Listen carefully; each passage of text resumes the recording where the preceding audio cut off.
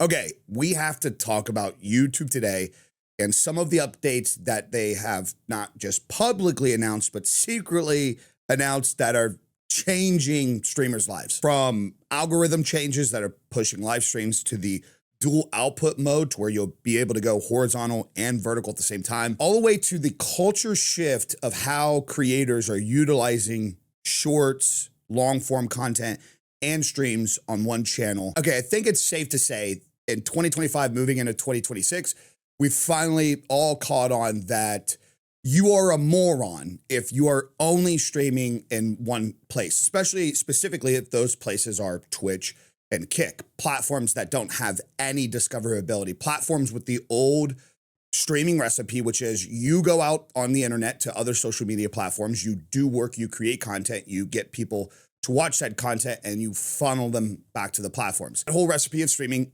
is dying. A lot of people are finally catching on that, hey, if I'm live on multiple platforms, I create multiple opportunities, I create multiple situations where people can watch me in different scenarios. Like one example of that where people have been multi-streaming to YouTube is nobody talks about how many computers at schools and workplaces block sites like Twitch and Kick as to where YouTube is a public site everywhere. The amount of viewers that I've had over the last 5 years that are like, oh, I used to watch your streams only in the evenings because my work blocks Twitch from being able to be used on the computers. Now that you're on YouTube, I can watch you. So not only has the thought of you have to have a stream in one place, one official location, not only is that thought process dying out, but I think it's safe to say that live streaming as a whole over the last year or so has really stagnated. I don't know about anybody else, but this culture war of like IRL content trying to like one up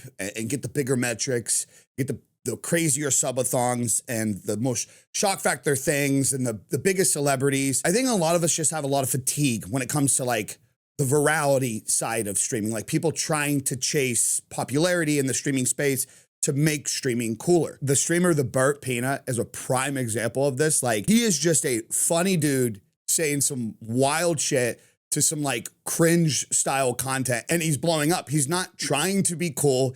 He's not trying to do shock factor things. And this is why I really think that older content, like history is repeating itself, which we'll talk about in a second. But what's interesting about this is when you look at some of the things that are coming with YouTube, you realize that YouTube has had like a slow burn approach to streaming improvements. You know, for years, everybody's really wanted YouTube to just like go after Twitch and just replicate Twitch, which is ironic because we've seen Kick do that.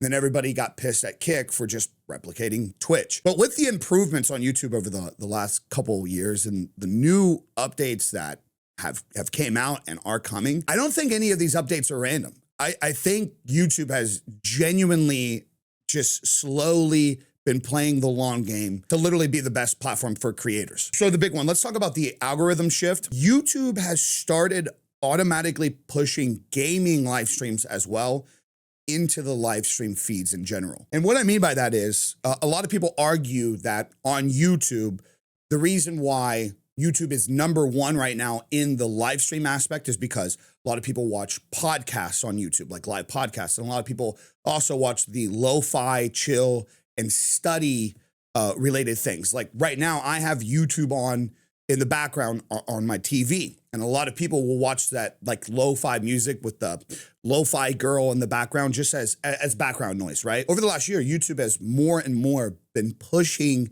gaming streams into these feeds as well. So over the last like 6 or 12 months, I've had a few large YouTube streamers reach out to me and say like, hey, I'm worried. I think I'm getting view botted, but I can't tell. And I'm like, okay, well, how can't you tell? Because on YouTube, a place that shows you the metrics, it's pretty clear if you're getting view botted. You just look at where your views came from when they spike over a period of time. And if they come from like weird countries like India or Afghanistan, it's probably good signs that somebody's putting inflated views to your channel. On top of that too, the biggest indicator for view botting across any platform is one simple metric. Are you making money? And that really is the only way to tell. This idea that you can just look at somebody's viewers and see how many people are talking, it's so stupid. I know YouTube streamers that have thousands of viewers and like maybe 25 to 50 people actually talking, because a lot of people just watch on TVs and there's background noise, and those guys are getting the paycheck. I know creators that have anywhere from 20,000 to 100,000 subscribers that are making anywhere from $10,000 to $20,000 a month in ad revenue alone, just from the streams. And what we found out after talking with a couple creators and YouTube is these streams are getting pushed into these automatic feeds. These people that are relaxing in the evenings and throwing up lo-fi stuff in the background after getting off work or studying, at a certain point, these gaming streams are going up. And as those viewers on YouTube continue to hang out in those streams, as more and more of those people have been staying, YouTube is pushing the streams more and more and more. So YouTube is testing an overlap between passive content and gaming. They're trying to normalize the gaming content more. And this is why in the last quarter, we finally, after so many years, have seen that YouTube gaming is about to surpass Twitch in terms of gaming. That's always been an argument for years, as YouTube has passed Twitch in the live metrics, meaning there's more live viewers on YouTube than Twitch. The biggest argument has been, yeah, but people watch games on Twitch. People don't watch gaming on YouTube. I predict by the first quarter of 2026, YouTube is going to decimate Twitch in gaming content watch time as well. What this means for anybody is this can blow up discoverability for any creator at any size. Truth be told, the biggest people I've seen benefit from these huge streaming inflations are up and coming streamers, or are smaller streaming accounts. It's not the big names that are actually going live on YouTube every day now that are benefiting from these playlists. For example, I had my buddy that never streamed on YouTube until 2 to 3 weeks ago. He's already averaging 1 to 200 CCV from the YouTube algorithm. It's almost like if you have a new channel, you'd be better off just streaming on a new channel, because you just have a fresh platform with no confusion, and YouTube can just test your stream to people. But nonetheless, even in my experience as somebody that's had like a 10-year-old channel with multiple niches and gained multiple subscribers, I can tell you right now that the old discoverability, which is essentially just subs and notifications, it's completely dead. Everything is built around algorithm, which has been for years. Also too, good to know, when it comes to the algorithm and whatnot, you have to be titling and thumbnailing your streams and videos correctly. That's the biggest argument I get, is like, somebody will hear me say that discovery on YouTube streams is insane. And they're like, oh, dude, what are you talking about? I streamed 5 times last month and my stream didn't get pushed into anything. And I go to their fucking stream and it's like a picture of their dog and them and holding like a Coca-Cola and like 15 sponsors on the stream saying like, Randy Rage is live. And it's like, you guys have to understand, when you put your stream title and thumbnail together, you need to think it's going into a world of YouTube where people are openly going to the site and searching for things. You want your stream and content in general to get discovered by the idea of like, people are coming here to look something up and they're getting suggested things from what they've looked up. You need to title your shit on the idea of how can somebody search up your stream and find it. That's where a lot of creators go wrong with even testing out YouTube. Anyways, let's also talk about the dual output update. Now, I've had access to this for about a month, and this is something that's been benefiting me. And what this is I will stream horizontally to YouTube, and they take a clip of my stream and put it into the Shorts feed. So my horizontal long form YouTube stream is also getting pushed to the Shorts feed, where some people can watch that stream and be like, oh, I didn't know that this is full screen, and they can come over to the full screen side. The chat is all one place. So if somebody gifts me YouTube Shorts gifts, it shows up in the stream. If somebody gifts memberships, it shows up in the short stream. All one chat, all one place. The analytics are all from one place as well, which is really good for a lot of you new creators on YouTube, because this is going to be a fast track for you to be able to get to the YouTube Partner Program. A lot of people don't realize, if you stream to YouTube and you keep your streams public after they're done, if you don't unlist them, all those metrics and analytics count towards your YouTube partner, which helps you all get into monetization faster. But with the new multi-format feature, you're not bottlenecking your channel to like, do you stream only to Shorts or to horizontal? Because you can stream to both at the same time. Now, some people are saying that this is broken. It's not broken. YouTube, it works on my side, Not everybody currently has access to it, but the only thing you can't currently do is you can't tie a stream key to the vertical version as well. You can only tie a stream key to the horizontal. YouTube has already said that they're going to be fixing this, and that will be an update when this update comes out for everybody. So eventually what will happen is you'll be able to tie a horizontal, like this image right here, stream key to the horizontal side. And on the back end, you'll see a vertical version where you can tie your vertical layout in your streaming software to that, to where you can control both. So it auto distributes the content to the shorts feed, which is YouTube's fastest growing surface right now, which is great because compared to platforms like TikTok and IG, YouTube is essentially just bridging formats natively, not forcing creators to pick and choose what they want their layout to be. So you mix the algorithm on top of this, on top of the tools that they're also going to be distributing for YouTube channels, where you can just take from the vertical layout and make clips, and AI is just going to automatically make clips for you. It's going to be a game changer for a lot of people that don't have time, money, resources, computer gear to have, 15 different streams running at the same time and being able to clip that and press this and go back and edit that. I just love when a platform actually gives the everyday user a genuine opportunity. I think that's where Twitch and Kick has really gone wrong over the last 10 years. They've really gone down the side of, please bring people over here. Please be a good content creator, work hard, bring people over here, which there's nothing wrong with. I think everybody should earn their shit. But in this day and age, man, when you need to push shit out and you need to be go, go, go, it's intimidating for new people, like where to start and whatnot. So when the platform itself offers the opportunity for people to actually be able to put content out and be a good creator, it's huge. Which brings me to the culture shift. I genuinely think authenticity is back. So I spent the last month uploading every single day, which I'm going to make a whole entire separate video talking about that experience, but spent the last month completely switching up my content to just stream highlight shit, less polished edits, more personality, just my reactions, funny little bits. And I had one of the craziest months that I've had in a while with like very minimal effort. I just feel like your average viewer is craving raw, real-time reactions and unscripted moments and genuine connection and content.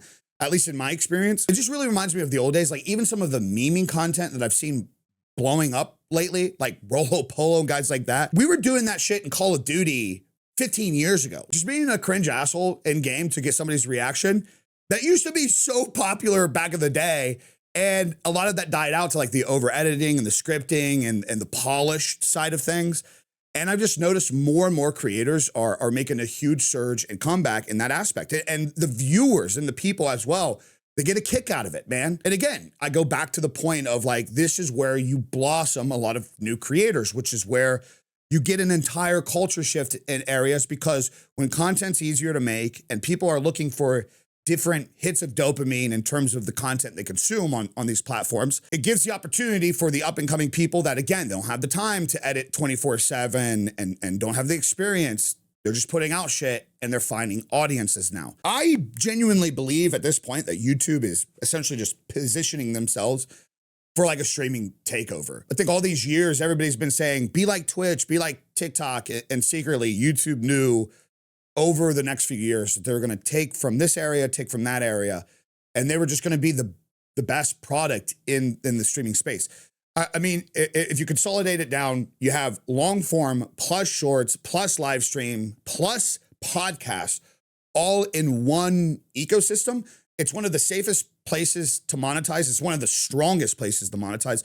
It is harder to get into the monetization program, but once you're in, you're in. The algorithm is getting better at serving live streams as content, not just live events and not just over polished shit, just your everyday person playing Apex Legends. Shout out to my boy, the man Vita. He's been getting pushed into these stream feeds. Bro, the dude doesn't even have a cam. He's just a chill, goofy guy that just plays Apex Legends, loves the game. And he's like peaking at like 5,000 viewers because of the playlist updates. So with them pushing streaming into the ambient categories and not just gaming and trying to generalize the content and trying to introduce a lot of just more raw, authentic people out there, and with the new updates that are going to be coming with the dual output and the auto editing and the AI and the studio, just makes it a lot easier for everybody. takes a little bit of that pressure off. So what this means for streamers is easier discovery than Twitch. I mean, they've had that for years. Anybody that says that YouTube doesn't have discovery, you just don't know how YouTube works. You have instant content recycling, which equals more reach, meaning you can take something live. Like I could be recording this live right now. I could have been doing this live, and I could have taken this highlighted segment from the live stream on the back end of YouTube and just made it a video in itself. And then I could have taken from this some good moments, turn it into vertical, and I can have it all in one place where it would all garner me views in the live format, in the long form video format, and the short form, with the ability to hit multiple audiences with the same stream, meaning gaming, lifestyle, background watchers. It's one thing a lot of people don't talk about is when you look at sites like Twitch, for example, versus YouTube. Sure, over the last X amount of years, the culture or idea of like being a gaming streamer is like, oh, you have a Twitch, you have a TTV. But you don't necessarily just want to rely on that. I don't want to stream to a place where it has the most streamers streaming games and it's only gaming viewers watching the same games, the same viewers that have been watching for years. Because believe it or not, there are millions of people that haven't found their live stream. And there are millions of everyday human beings that work on cars or work at a factory or are into sports, and they don't typically watch something like Twitch to where they're watching something on YouTube and they have the ability to be converted into a new viewer. You have more opportunity on YouTube to bring somebody else outside of the gaming space in to be one of your viewers. On top of this too, especially with multi-streaming, this means a better long-term career path for diversified formats and platforms. I mean, you should be multi-streaming anyways. The only platform I don't multi-stream to is Twitch, just because I have no need to work on everything else to bring people over to the most stingy platform that's gonna take most of my revenue. But outside of that, it's like, it's silly for me not to just be live somewhere else because I'm already live on another platform. So you create more stability as a creator with multiple forms of revenue and attention. But also on top of that too, after doing this for 15 years, I can tell you right now, the #1 platform that has existed in terms of once you gain a following there, you will have pretty good stability. It's been YouTube. The amount of Twitch streamers that I've seen like blow up on Twitch and then have to quit Twitch 3 months later because like it fell off is crazy. A prime example is people look at my numbers and they're like, oh, you fell off, you did this, you do that.